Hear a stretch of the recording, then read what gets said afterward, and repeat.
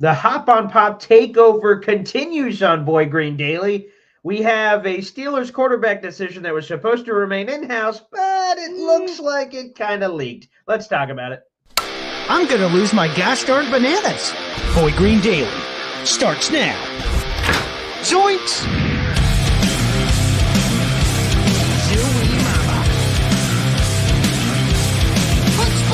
I made it clear that my intention was to play, and my intention was to play for the New York Jets.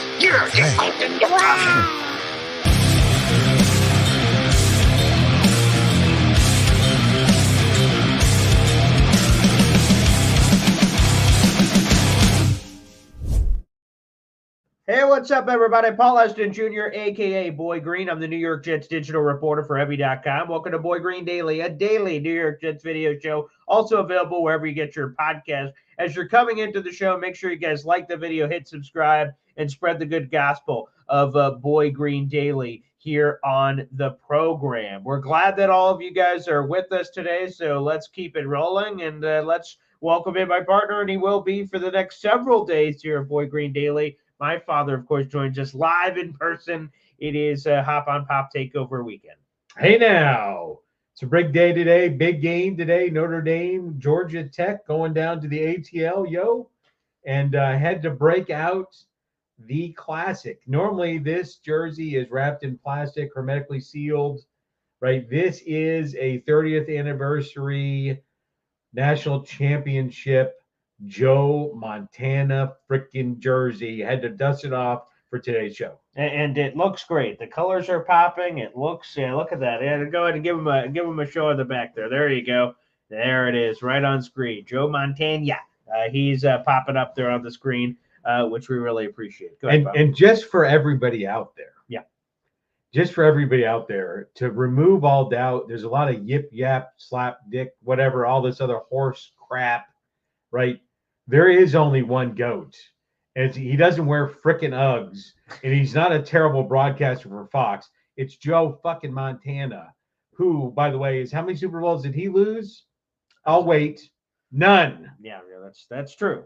Joe Montana did not lose any Super Bowl 1,000 from that perspective. So he's doing a very fine job for himself. Again, that being, of course, Joe Montana. But let's get to some other quarterbacks. Probably not as good as Joe Montana is probably the best way to say that. That's for sure. But that is, of course, the quarterback change between Russell Wilson and Justin Fields. Mike Tomlin was asked, hey, have you reached a quarterback decision? It seems like he kind of opened the door earlier this week. He said, yes, I have. Well, I'm going to leave that in-house. And then less than an hour later, wide receiver George Pickens for Pittsburgh was asked a very specific question about whether or not he's gotten any extra work in with Russell Wilson. He said, yeah, I've gotten extra work in. As a matter of fact, I've gotten more work in than ever because it's his first start. Oh, so either this is the greatest troll job of all time that Mike Tomlin told Pickens, who's this incredibly volatile wide receiver who just things flow out of his mouth and he says things all the time. He said, hey, why don't you just let it slip and let everyone think that there's a quarterback change when there isn't? That seems unlikely, but possible, I guess. It looks like it will be Russell Wilson making his first start, his debut as a member of the Pittsburgh Steelers. Yeah, it seems unlikely that he planted that seed and let Pickens do the reveal.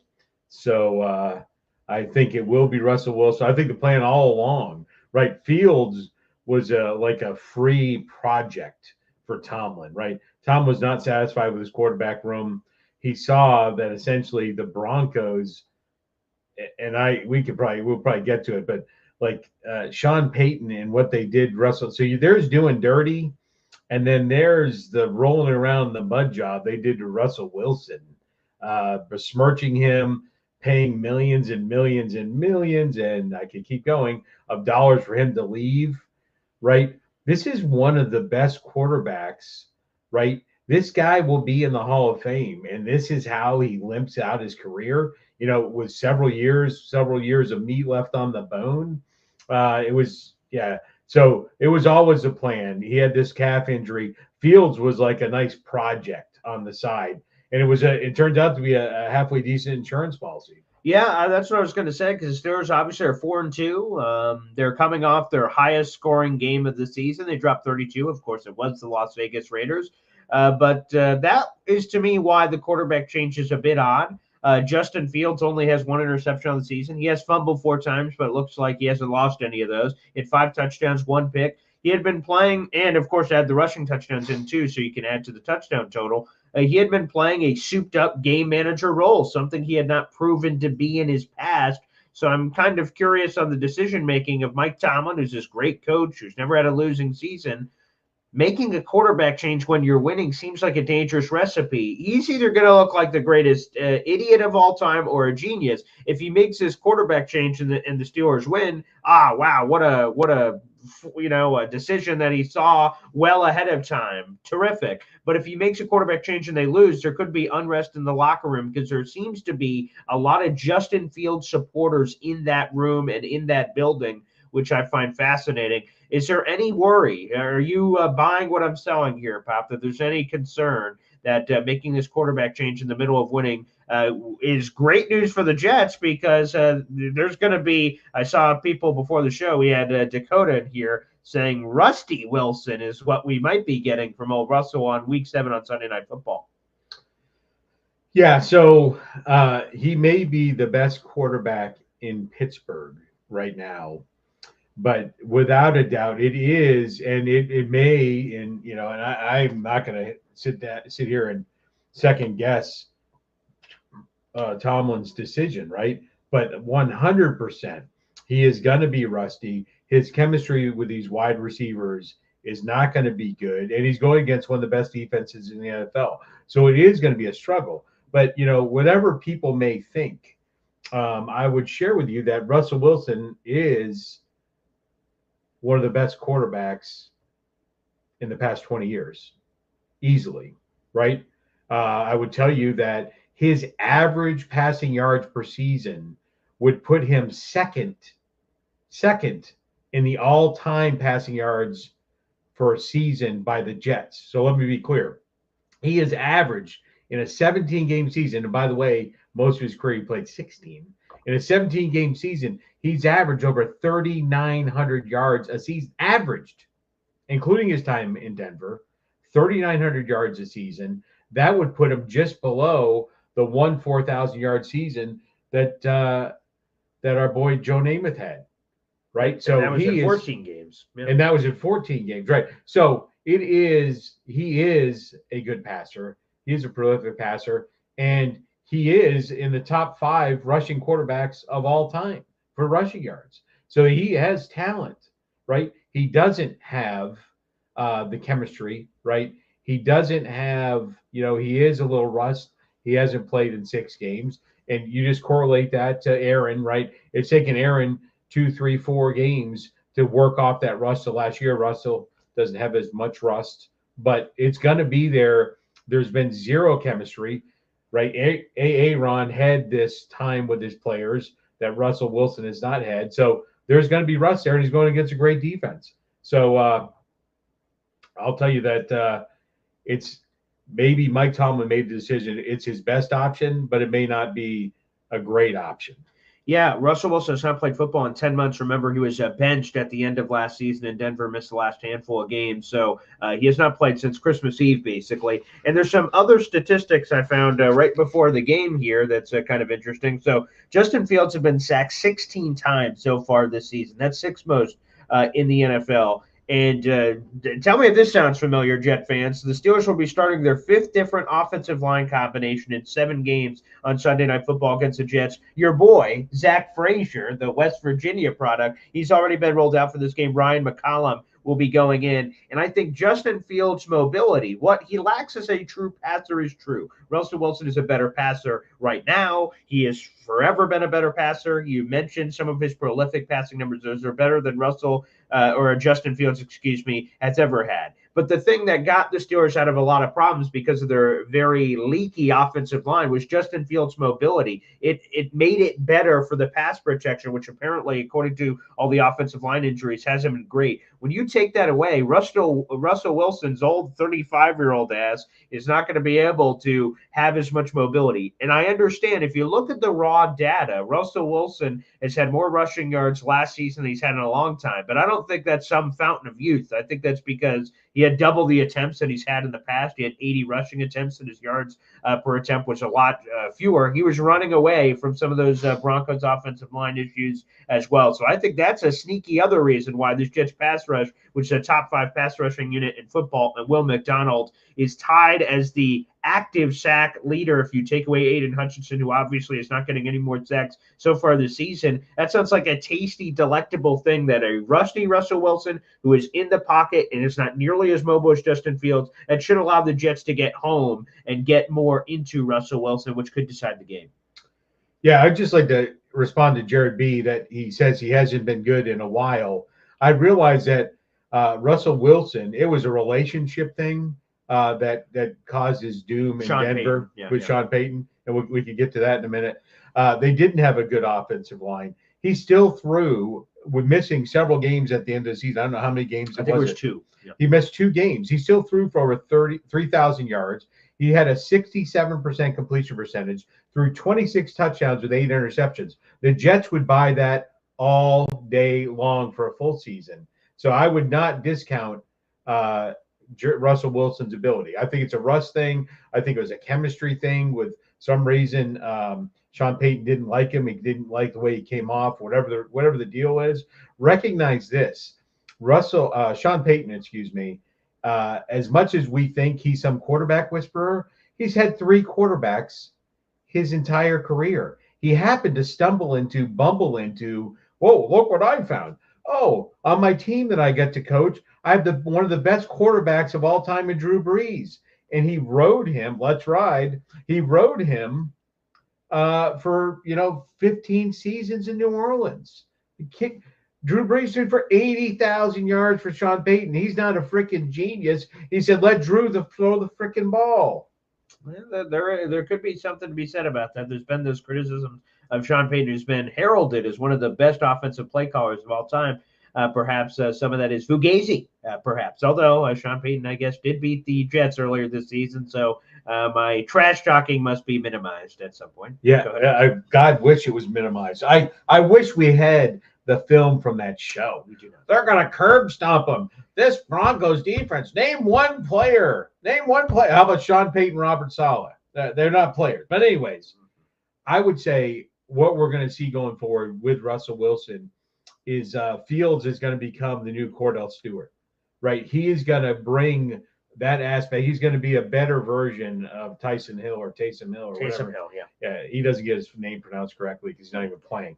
But, I think there is something there. There's some magic, and that's right up Tomlin's alley, that he can take Fields and turn him into that slash player, right? Get him out in the open field, right? That's where his talent is.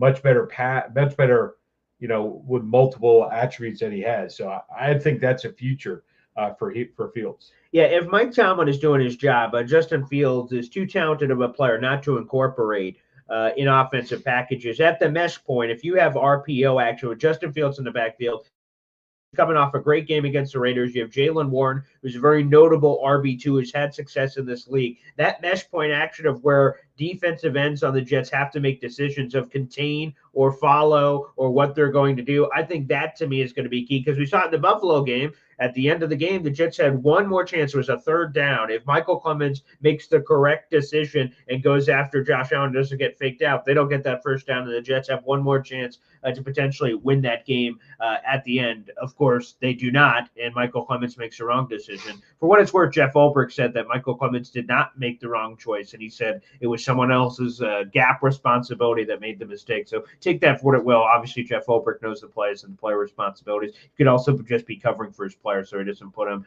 in the spotlight in that way. But again, it's going to be interesting. There appears to be a quarterback change unless Mike Tomlin is going next level 4D chess here with some sort of thing. It seems more likely that George Pickens has been very volatile and says things that are on his mind all the time and doesn't really think about them. That seems more likely to be the truth. But like I said, I think it benefits the Jets that Russell Wilson's in. Maybe it benefits them in the long term because from the Steelers' perspective, we heard earlier this week from Alex Kozora, they want an increased offensive ceiling. With Justin Fields, he kind of just gave you a little bit of what you had in the past, maybe with a slight increase. Russell Wilson, according to the Steelers side of things, increases your overall potential of what you can score offensively. Because when you look at the Steelers' points per game so far this season, if you put it in a pocket of 6 games, they've averaged 20-plus points per game, which is, it's fine for what it is. But if you take away the 32 points they scored last week against the Raiders, and then instead of a 6-week sample size, we look at a 5-week sample size, they're scoring 18 points per game, which is near the bottom of the league. Now for the Jets, the key to this game ultimately turns into, can we outscore the Steelers? And if you draw the line at 19 points, if you could get to 19 points, it sounds like you could beat the Steelers. Plus, like I said, that's 18 points per game with Justin Fields at quarterback, not a rusty Russell Wilson, which I'll be kind of curious how they respond to. So to me, it's about scoring more points, and you add Devontae Adams in. You're asking Clark Kent to turn into Superman pretty quick here, but with all the other offensive pieces, if you just outscore him, maybe then you can mitigate some of the other differences on the team. That's great. How many points a game did the Jets score? That's something I didn't want to bring up. Well, I mean, you're talking about points per game, and you take away this game, and then it's this amount. I'm just wondering, because it's good that we live in this rose-colored world with rainbows and daffodils that you live in. But in reality, I think the Jets score 18 points a game. They do. Yeah, they do. Yeah, so I mean, by the way, I think this is a great time as we segue, and not the thing that Paul Blart rides around at the mall. If you could hand me that right there. Oh, sure. Yeah, so by the way, now is as good time as any that you should go to the store, the Boy Green store, and buy your merch. Yeah. Right? Here's the merch. Get the Hop on Pop merch. You can just get the Boy Green merch, and or you can get the Bacon merch. It's all out there, as well as coming soon.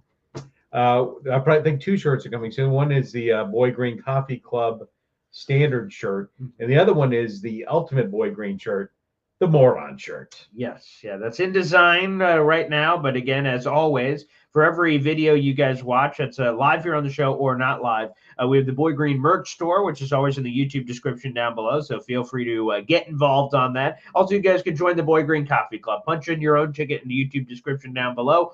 It's also the pinned comment right now, but we're about to switch that because we're going to open up the phone lines to welcome in some of your calls on this Jets Steelers game and things of that nature. But it's always available in the YouTube description down below, whether you're watching live or after the fact. Join the Boy Green Coffee Club here. You guys can also gift memberships. If you're watching on YouTube, hit that little money sign. It's the final option. Gift channel membership, so you can gift as many as your heart desires. So we'll be opening up the phone lines here in just a moment on the program and seeing what the great people have to say here on the show. Yeah, it'll be, as always, we love the coffee club. Like to hear from them. Like them to tune in, join in. There's a few exceptions, which will go nameless, that we may not be as fond of, or I don't think we've seen them in a little while. But I'm not sure who you're referencing there, Pop, but who unnamed. We'll just leave it unnamed. We'll leave it unnamed. We'll leave it unnamed. Well, I appreciate all the people that seem to rev your engine. That makes it even better. So the phone lines are now open. There's the pinned comment on YouTube. That's youtube.com/boygreen25. If you guys would like to go into the show, that is the way to do so. Again, if you're watching on Facebook or Twitter, you have to hop on over to YouTube for that to be possible. So feel free to do that here on the program. So actually, I just want to shout out to Jared B. Okay. I have your dollar. It's right here in my wallet. Oh, wow. Okay. There's no delivery. It's DiGiorno, so you just got to come swing by, and you can pick it up anytime today. Okay, there you go. All right, let's hop on over to the phone lines. Let's go to a newly frequent caller. 3 siblings here on the show. Jay, what's up, man? Hey, good morning, guys. How you guys doing today? Excellent, man. Thanks for calling in. No, I appreciate it, man. You guys excited for your day today?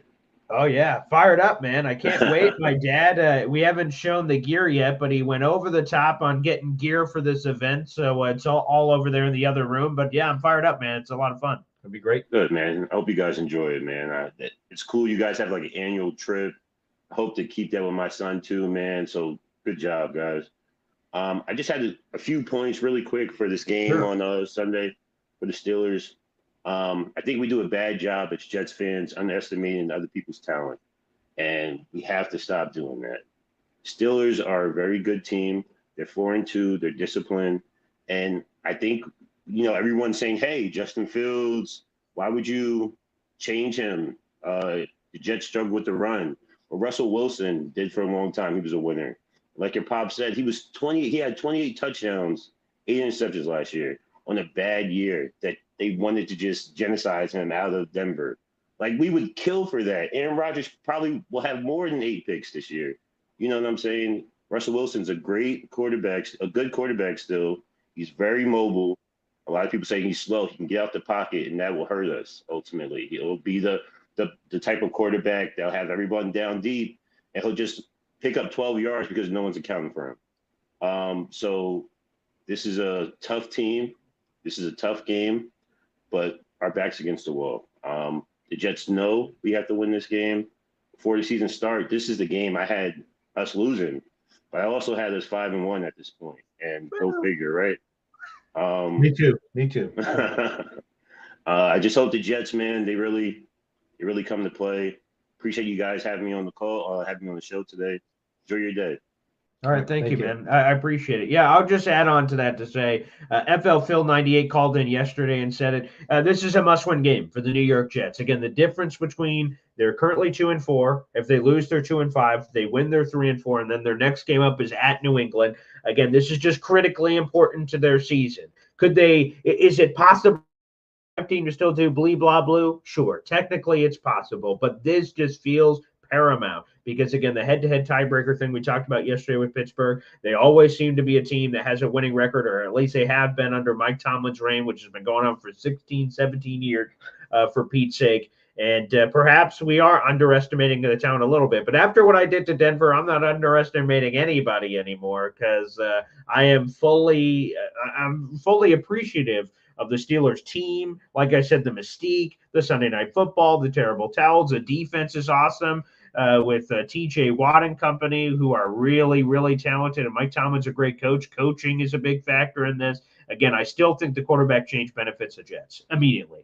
Yeah, and so we'll get into a lot of the breakdown of the game tomorrow. With after the Woodyology, we'll get into some of the breakdown. But I would tell you that all these things that we're talking about, the quarterback change, that I think it's important for Jets people discussions to go back to is it Dennis Green? Oh, I see. Yeah. So the Jets need to know right now, however we got here, we are a 2-4 team. Like, we got this, we got Aaron Rodgers, and we got Breece Hall. He's the number 1 running back. We have all right now, 2-4 team. Yeah, nobody thought we'd be here as a 2-4 team. I think the delusion needs to be wiped away. We are right now a 2-4 team. And until we prove otherwise, that's what we are. So, yeah, the Steelers are this, the Steelers are that. It's, Fugazi or whatever. They're 4-2. They're 4-2, 2-4. This is the time to clear it away. The time of overlooking teams is well past. Overlooked Tennessee, lucky to get that win. Overlooked the Broncos, not so lucky, right? So 2-4. Reality, now it's time to turn the page as you look forward to the last 11 games of the season. But don't overestimate anyone because we'll break down, coaching, offensive, defense. It's not underestimate anyway. And I'll tell you, you start looking at stuff, it's much closer than, I think we have internalized. We're like, we're going to win because, they switch quarterbacks. It's a lot more to it than that. Yeah, there's no doubt about it. Again, this is an incredibly talented Pittsburgh team. And again, the coaching, you have to give the edge to Pittsburgh which means you really have to figure out your crap. Again, the Jets are likely going to be without 40% of their starting secondary. Chuck Clark obviously is on IR. Michael Carter II's already been ruled out. DJ Reed is a game time decision, one of those where you work him out before the game. My gut would say no. It's a groin injury, and you want to make sure that's not something that you think he's okay. You play him in the game, you aggravate it, and it turns from a week-to-week injury to something that's more serious. So the Jets are going to be without several key defenders, especially in the secondary. Is Russell Wilson someone that can take advantage of that? That will be interesting to see. The good news is that you have experience. Isaiah Oliver's a slot corner, has a lot of starting experience in the league. Your boundary corner is going to be Brandon Eccles. He has a lot of starting experience in the league. The Jets are unique in that way that they have that kind of depth in the secondary. Not a lot of teams would have that. Then at safety, we still have to see what their situation is. They did add Marquise Blair, a former Seattle Seahawk. He's got high draft pedigree as a former second-round draft choice, top 50 pick a couple of years ago, but he's starting off in the practice squad. I make it unlikely that he will be elevated. We'll keep an eye out for that as we get closer and closer to the game. Obviously, we should probably get that news around 3 or 4 o'clock. But, long story short, this Jet secondary is going to be, banged up heading into this. I really like Isaiah Oliver. See Dakota giving a shout out to Isaiah Oliver. I think he's looked really good as a slot corner. Yeah, I'm with you. And that is really going to be one of the greatest challenges of the game is how the depleted secondary stands up, and who knows, right? Again, there's a lot of factors like how are they going to play DJ Reed playing? How's Russell Wilson? How's his chemistry with it? We don't know these things. But before we go anywhere else, I'd just like to say there will be no bacon signal today. Oh. I would like to do a shout out to my lovely wife. Oh, nice. And wish you were here. Sure. And not as important as you being here would be we would have bacon, which we will not have. But much more important that you're not here. Love you, honey.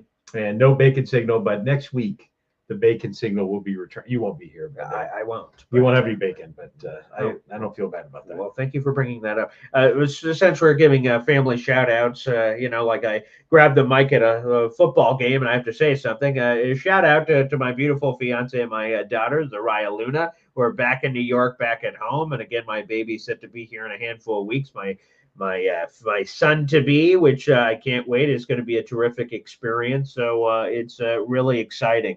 All right, let's go 16 back. 16 days. 16 days. Yes. Wow. Yeah. It's going to be pretty cool. All right, let's jump on over to the phone lines, and we got Easy here on the show. What's up, Easy? Hey, good morning. Good morning. Good morning, man. Were you wearing that same shirt yesterday on the Jake Asman show? Possibly, yeah. Just wondering. Okay, I'm gonna ask you something, Easy, but I don't want you to change any of the camera position. Are you wearing pants? I don't need to confirm. I just I'm wearing my blue boxer briefs. Yeah. Okay. All right. Let's. I told you, man. I do not wear my trousers when I'm inside the house. I live by myself, so I wear my T-shirt. I mean, I don't free ball it if that's what you mean. I'm not running around commando. So no. Okay, that's good. I'm sitting here. I'm sitting here making breakfast. On the Jake Asman do you want to know yesterday. if he's got an open flap on the boxers? I mean, what other information do you need? Oh, come on! This is like you wear trousers in your house 24/7. Get the hell out! Nobody does that stuff. I don't even own a pair of trousers. I don't know if I saw a trouser. I would well, when I say trousers, I mean long pants, like jeans or Dockers or something. Or sometimes I'll just wear shorts, but it's getting too cold. Yeah, you don't want to leave your cabinet door open. Yeah, that's true. You did get a breeze. You get drafted. No, I'm just hanging out here making breakfast. I got grits on this burner, and I got the oil and butter in this pan. We're getting ready for some eggs. I feel like I'm doing cooking. Unfortunately, I don't have bacon. Is it instant grits? No, it's it's quick grits. Okay. I don't know if you can. Is it being? Yeah. Jim Dandy 5-minute grits. Who the hell knows? Yeah. Okay. Does the water boil? I'm from Long Island. I'm buying grits in the South, but I live from Long Island, so I don't even know if it's a good brand. It seems a little gritty to me. Yeah, I've had grits at some of the breakfast places around here, and it's nice and smooth and creamy. So oh, there you go. Nice. I got to find a better brand. I really don't like this shit. But anyway, I got my coffee, and Nice. I just wanted to mention to you two guys, I'm so glad you guys are hanging out. Tomorrow will be 11 years I lost my dad, so cherish the moments. Just cherish the Absolutely. moments. Yeah, thanks for sharing, Easy. We're thinking about you, pal. But the game in Pittsburgh, it's not going to be an easy game to win for us. There's just a lot of stupid going on, seems, you know. But yeah, that makes sense. Yeah. Well, why do you think that? Because we always seem to overestimate who we are. We're the Jets. And I am one of those idiots that believes in the Namath curse. What do you mean by that? What do you mean by that? It was a joke back in the day that they say Joe Namath sold his soul to win the Super Bowl. Right. But as the last 50 plus years have gone on, with all the shit that we've gone through, the AFC Championship game against Miami, the mud ball, all the things that happened, our kicker missing 2 closing field goals in the AFC Championship game against the Steelers a couple of years ago. It just seems that we can't have nice things. So how long was the contract for old Namath? Was that forever, or did we get like an expiration? Oh. Payable upon death. When Joe dies, we can win again. But I don't want Joe to die. I want Joe to see the win. Nice guy. Yeah, he can't die before he gets that kiss. Shut up. But I mean, a lot of people are going to probably be blowing up the chat about me saying that. But a lot of people believe that. They just don't have the balls to say it. So. Yeah, I was going to say, you said a couple years ago that they lost that AFC Championship game. I think it was 15 to 20 years ago. Wait, which one? Wait, well, we have to be specific. It was 2010. It was 2010. It was the end of the fourth quarter, and the guy missed the field goal that would have sealed the game, and it ended up a tie. So we went to overtime, and then both teams had possession, and we had a chance to win it again with another field goal, and he missed that one, and then Pittsburgh went and kicked the field goal and won. Oh, he's not talking about 2010. He's talking about the 2004 one. That was the divisional round. Yeah. Yeah, back in the a little earlier. Easy, you got to get yourself a Boy Green coffee cup. You know. Oh, yeah, there you go. Yeah. What color is it? I think there's options. There's options. Yeah, I think there's options on color. We'll have to see. You get a Boy Green one. You can get a Boy Green Hop on Pop one. There's multiple. Oh, yeah, there you go. Yeah, it's got to be green though. It's got to be a green cup. Yeah. The other thing is, all these people that are gifted memberships, once your gift runs out, that means it's that much harder for the next guy to get an emoji. So if you get gifted a membership, for God's sakes, it's only $3 a month. Buy the damn membership. Damn straight. Preach. Easy. Damn straight. I mean, I'm not the biggest fan of my emoji, but I got one, you know? That's right. That's the spirit. Yeah, there you go. I got me an emoji. I just wish I could use it on Jake Asman. Yeah. We got to see if we can cross-pollinate. I'll have to see how that works. Jake's crazy. Jake is funny sometimes with that. What did he have? He used to have the Shadow Realm, but now he just has Stupid Town. Yeah, right. Yeah. He's evolved. Yeah. Oh, he's funny as hell. He likes to turn that show kind of into comedy too. That's why I get a little goofier on his show than with yours, because he appreciates the goofy. Up, BZ, you cut out there. But I hope good luck to your grit making and all of that, which is terrific. Just be careful as you're cooking without trousers. You don't want to burn it. Yeah. You don't want any spillage. No spillage. All right. Anywho, that's a great transition. Let's go to FL Phil 98, baby. Good morning, guys. I put on this shirt just for you, Pop. It was the closest thing I had. Nice. Oh, yes, I love that. Yeah, hey, there you go. Beautiful. So as far as the change at quarterback, I think I get the thought process there. You guys just touched on the secondary being a little banged up. I think what they're going to do is they're going to run the ball like crazy. I think Harris is going to have a huge night, and they're going to see, can the Jets stop anybody from running the ball. That keeps the offense of the Jets off the field. It burns clock. It's going to be a slobber knocker, like you said the other day, race to 20, whatever term you want to use. And then if they can get that Jets secondary sleeping for a second, they're going to have maybe 2 or 3 shot plays. And that's why Wilson's playing, because like you said, he throws the ball better. So honestly, I think that's the whole game plan. 40 minutes of clock if they can get it, 2 or 3 shot plays to win the game. I honestly think that's the entire game plan. You must have been stealing my stuff for tomorrow's show there, because exactly right. Mike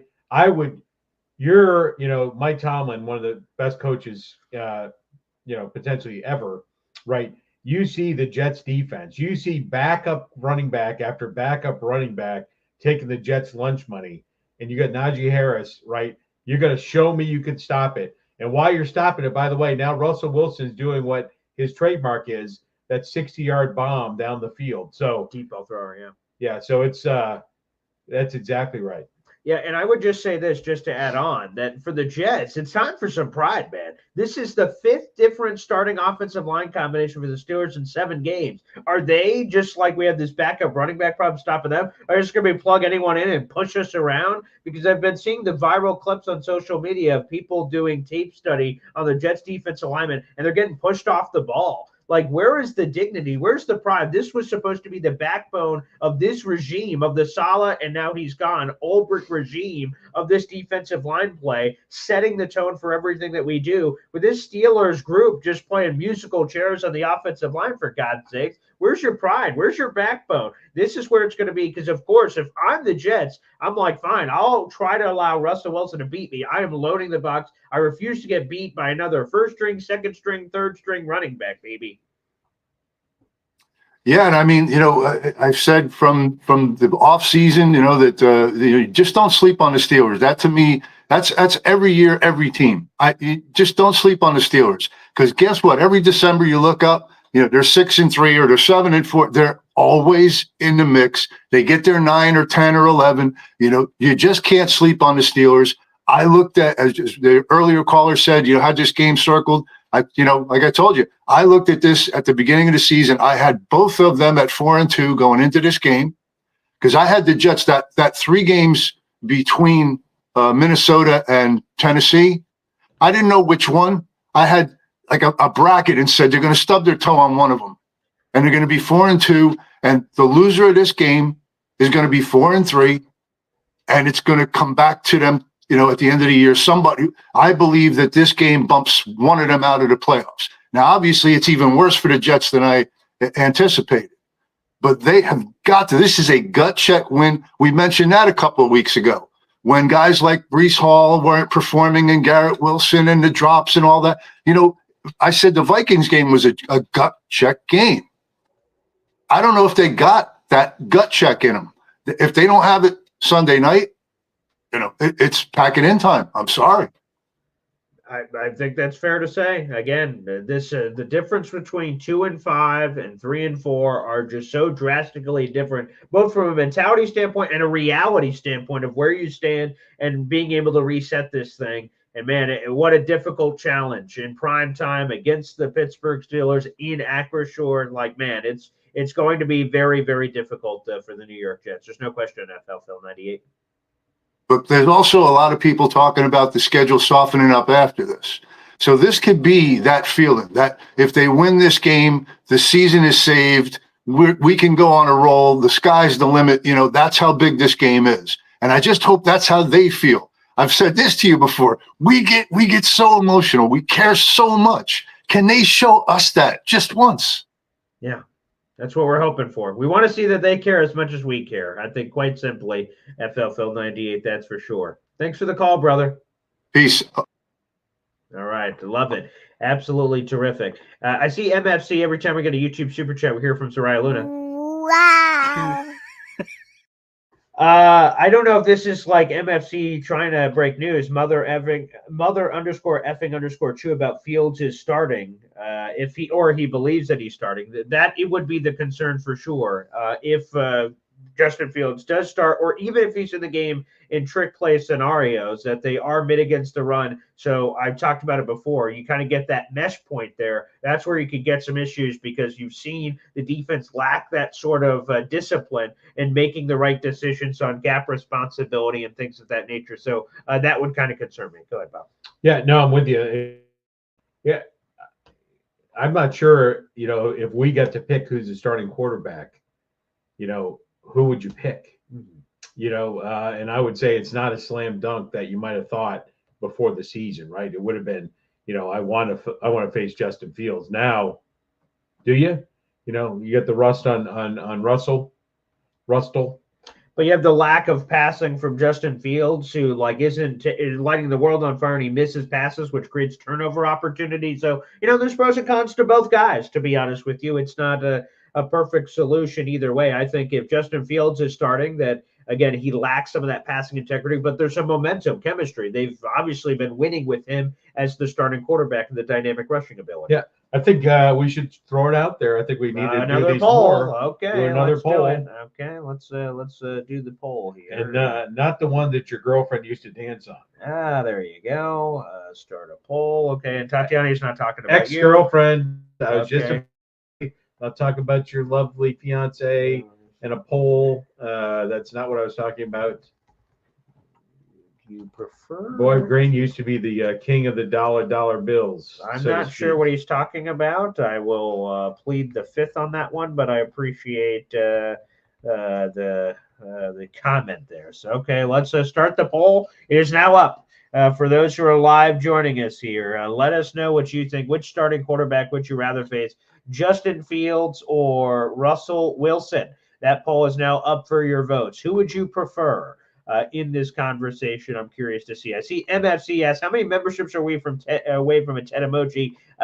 Quite a few. Quite a few. That's okay. We're 238 members away for NY Jets FL. So chip, as we say. We got to keep chipping away at it. After your gift expires, pony up $3, will you? Come on now. What are we even talking about? Yeah, as EC says as well. Again, make sure once you get gifted a membership, and again, that's an option is available for all of you. If you'd like to gift memberships to your fellow Boy Green Coffee Club subscribers, make sure you do that. That is the money sign over on YouTube. Let's go to the phone lines. I got Tony Alexio joining us here on the show. What's up, Tony? Good morning.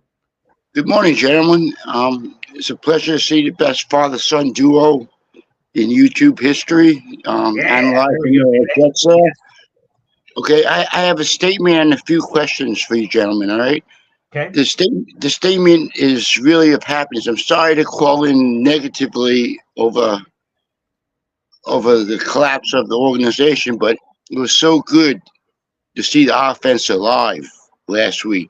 Yeah. It really was. Unfortunately, what usually happens with our team, they find a way, like with the penalties and the missed kicks, to screw it up. But the offense was alive. All right. Mm-hmm. My first question is Ulbrich gonna finally just be a head coach now, or was he still dabbling with doing the defense? Did he promote someone for defensive coordinator to take over that? Because I think this is going to be. There's too much on his plate right now. Last week he was doing both defensive coordinator and head coaching. Is there any updates on that information? He will continue to do both. He will call defensive plays. Now, I get what you're saying because even Troy Aikman and Joe Buck mentioned it on the broadcast. When things got a little hairy from time to time, they would say, well, Jeff Ulbrich has a lot on his plate. He's game day head coach responsibilities. Obviously, he's calling the defense too. The great news is the Jets defense has a great staff. You have Tony Oden, you have Aaron Whitecotton, you have Rudy at linebacker, you have Marquand Manuel. So you've got a lot of guys that are either future defensive coordinators themselves or have a lot of experience around the league. So I really love the support staff that Jeff Ulbrich has, and they are assisting him. Even though Jeff Ulbrich is calling the plays, he's got a great bunch of guys. But ultimately, it's a results-oriented business. If the Jets win last week, we're like, cool, Jeff Ulbrich's juggling all these balls, and he's doing a really great job. If they lose, as he did, we're like, he's clearly got too much on his plate. So I think we're basing our perception off of ultimately what happens. I want Jeff Ulbrich to keep calling the defense because the defense has been one of the backbones of the team so far. If you switch it to someone else calling plays for the first time, you could get a little bit of a rub there where maybe you lose some of the defensive play. Yeah, and I think there's something to it. You look at teams like you look at the Denver Broncos, right? Sean Payton, by design, calls all the offensive plays for that team. I think by switching right now, you've changed who's calling the offensive plays, right? The change for the sake of change is probably a mistake. I think for the short term, him calling the defense is the right move. Okay, thank you. And the few questions, the other questions I have is Sure. the 80 like their nickel defense is so predictable. It's like played 80% of the time. Yeah. I mean, they got to do something else. Put some more people in the box to stop the run because the run defense is horrendous. They gotta stop it. I mean, do you think they might make some adjustments with that? Hopefully so, because especially with CJ mostly healthy now, you think he could run a little bit more 4-3 base. They do have, to your point, on some of those percentages, they do play nickel a lot, which means that they have, obviously, their two boundary corners of, in a perfect world, it's Sauce Gardner, DJ Reed, and healthy, you'd have Michael Carter the second in the slot. That means one less linebacker on the field. That means you only have either Quincy Williams, Jamie Sherwood, or Quincy Williams, CJ Mosley. I think they are going to incorporate a lot more 4-3 base where, again, you have CJ Mosley, Quincy Williams, and Jamin Sherwood on the field. Against Buffalo, they used Jamin Sherwood in like a QB spy role that his sole job was to watch Josh Allen, and if he broke contain, okay, all of a sudden he goes crazy after him and starts going after him like a heat-seeking missile. So I prefer maybe even take one of the safeties off the field. You have one over top, and you bring the linebackers in. You got to do something to stop the run, and I don't care whether that is schematics. I don't care whether that's intent, whether that's play design, what have you. They need to do something to stop the run because, again, that's killing the Jets. Yeah, I think CJ Mosley being back is going to be huge help there. And I think you'll have the flexibility with personnel to go back to the 4-3. Now, without the nickel and the depleted secondary, that'll pose a different challenge. But I think that's a challenge we would prefer, be able to shore up against a run. Okay, thanks. And the last question I have is, I mean, it's more of a statement, really. But I really believe they need to have 6 offensive linemen because Rodgers is on the verge of being wiped out. I mean, he's been hit so many times, and this is like the best defensive line we're playing. Maybe even better than San Francisco. It's a debate, but this is the killers up there, and they got to put Fasano in there to help out with the blind side, even to help Smith. Because he's going to need help against against them. And I mean, do you think I'm off on this? But I really believe they need 6. Like they don't have no tight ends that can block, and really they just need. I think the best offensive game plan would have 6 offensive linemen for protection. It's a good question, Tony. Thanks for the call. We talked about this on the Jake Asman show yesterday. Rex Ryan was asked about it during his radio hit on Barton Hahn, I believe it is, on the ESPN radio up here in New York. And I'll just tell you that they asked him about Olu Fashanu being on the field as an extra guy. I'm fine with it. Sure, it's a first-round offensive tackle. The tight ends have proven run blocking PFF grade-wise that they are not doing a very good job in protection or pass blocking for that matter. So let's get other guys in there. I'm fine with it. Let's do whatever we can to protect Aaron Rodgers. Not quite a max protect look, but like kind of like a riff off of it to get even more guys in there for both run protection and pass protection would be terrific. Real quick, we have a member gifting. Shout out to MFC, who's gifting memberships like Oprah Winfrey. Shout out to Becca. You are now a member of the Boy Green Coffee Club, bringing it to 237 on all the members there. Shout out to MFC for spreading the love. We really appreciate you, and thank you so much for that. We appreciate it. Yeah, I would say in terms of, again, the extra blockers, why not get Olu Fashanu on the field? He's a first-round draft choice, number 11 overall, and just another guy that can bring some more protection there. I don't know if I like him just in the jumbo tight end package that we've seen sometimes at the goal line, but in generic passing scenarios between the 20s, I think there could be some benefit there. Yeah, I'm with you. I got a little distracted. I was just trolled by your mom. Oh, she was sending me pictures of bacon, which seems unnecessary. Yeah. But love you, honey. But Yeah, thanks for the bacon pictures. Wow. Okay. Well, Too soon. as someone who's not getting bacon today or next week, it's hard to feel bad for you, to be honest with you. But I can appreciate a good troll job, which we've gotten sometimes in the comment section and beyond, which keeps things interesting. So I can appreciate that. I would hope now that Hackett is doing whatever he's doing, getting waters for people running out to Starbucks, whatever he's doing, and he's not getting epiphanies like Micah Parsons is pretty fast and Brees Hall can catch passes. Sure. Hopefully someone in that has replaced him in the organization is not saying, that Watt guy, have you heard of him? I'm not really sold on him. I haven't really seen anything in the tape.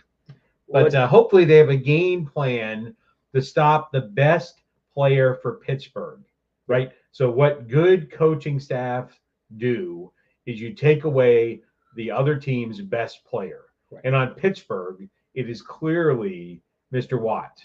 And there's no question about it. Pittsburgh has TJ Watt. He's a defensive player of the year candidate on a year-to-year basis. He's absolutely amazing. I don't know if you can stop him completely because of how good he is, but do your best to try to contain him. And again, from Jeff Ulbrich, they're going, and he's a defensive guy, so he can understand the reverse strategy of how guys attack the Jets. For instance, where they put a lot of hands on Quentin Williams, they put a lot of hands on Will McDonald. You have to do the same thing. It's kitchen sink stuff. It is a tight end chip on the other side. It's running back chip. It's double teams. What you want to do is frustrate the hell out of TJ Watt. It's going to be difficult. Again, he's a pro's pro. It's not like he's some kid, some hot shot first round pick that's in year two that you can kind of get him in some sort of a hothead mentality here, but just frustrate him and try to see if you can gas him. It's hard to gas him because, even in fourth quarters, that seems to be often where he makes his best plays. Yeah, and I'll tell you that it's beyond what your 10-year-old son might figure out on Madden. Yeah, I'm going to put Olu Fashanu over there to help block him. It's something unique and creative, like what some teams have done against Micah Parsons. You know what? We don't want him chasing us down because you know what he's going to do? He's going to chase us down. If we go right at him on the run, if we motion people over, go right at him, right? It's much more in traffic. He struggles. If you're going to, he's going to do that. That's the mentality, right? Dissecting TJ Watt tendencies and coming up with a game plan, having the extra person chip it, whatever it takes. It's much beyond, like I said, the simple X and O's that your 10-year-old does when he's playing Madden. Yeah, I do want to give a major shout out to Todd Downing because, wow, there was just so much freshness, so much creativity, so much motion. Garrett Wilson was in the backfield. You had multiple running back sets. You had motion going on there. I mean, there was just a lot of creativity, and obviously it gets to another level with Davante Adams as a tool to use on the offensive side of the football. At a minimum, he's a decoy. Every time he's in there, you got to know where Davante Adams is, number 17. By the way, Davante Adams did get 17 back. The NFL normally does not allow players to switch jersey numbers in the middle of seasons, but for special scenarios, they do change. So Malachi Corley, from 17 to 14, Davante Adams gets his 17 back. There was news earlier this week. We just never talked about it on the show. Did you just call Davante Adams a tool? Yes, a tool to use, utilize, an tool ability. To use. You're sounding a lot like EZ now. Oh, here we go. So there you are. That is it. We will get our official predictions for Jets Steelers. That'll be coming up on the show tomorrow with James Woody for a game day edition, which I look forward to. My two sons. Yeah, there you go. It'll be a family reunion happening tomorrow for a game day episode of Boy Green Daily, which I'm very much looking forward to. Any final thoughts before we head on to a crazy day of Notre Dame, Georgia Tech, and everything else? No, great. It's going to be really, and this gets overplayed. This is the season. This is the time to pull out all the stops, right? With intent, come up with a game plan, execute the game plan. And it's, it is the things that we've been talking about all along, right? We're not where we thought we were going to be. We're not 5-1. We're 2-4. And now it's time to be the team that we all think we should have been and are. That's it, point blank. Thanks, everybody, for tuning in. Make sure you guys like the video, hit subscribe. We'll be back on again tomorrow morning for another Boy Green Daily as the Hop on Pop takeover continues. We'll have James Woody on the show as well. Looking forward to that. And, of course, our game day predictions coming up tomorrow. You guys enjoy the rest of your Saturday here, and we appreciate you. Thanks for the